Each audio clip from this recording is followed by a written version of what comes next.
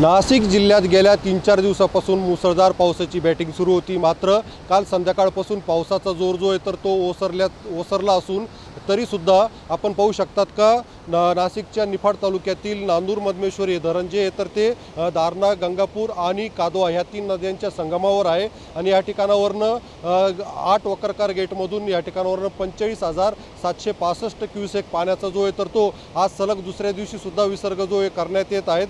कारण की निफाड तालुक्यातील सायखेडा, चांदोरी, करंजगाव, शिंगवे ह्या गावांना ह्या पूर पाण्याचा फटका बसू नये याच्यासाठी मोठ्या प्रमाणात हा विसर्ग जो आहे तर तो गोदावरी नदीतून जायकवाडीच्या दिशेने करण्यात येत आहेत।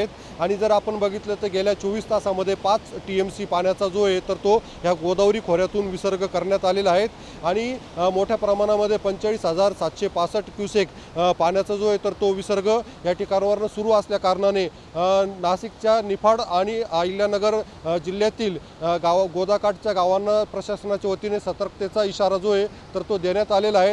आणि ह्या पावसाच्या हंगामामध्ये आज सकाळी 6 वाजेपर्यंत 49.4 TMC इतका पाण्याचा विसर्ग या नांदूर मधमेश्वर धरणातून जायकवाडीच्या दिशेने करण्यात आलेला आहे। उमेश पारीख, TV9 मराठी, नांदूर मधमेश्वर, नाशिक।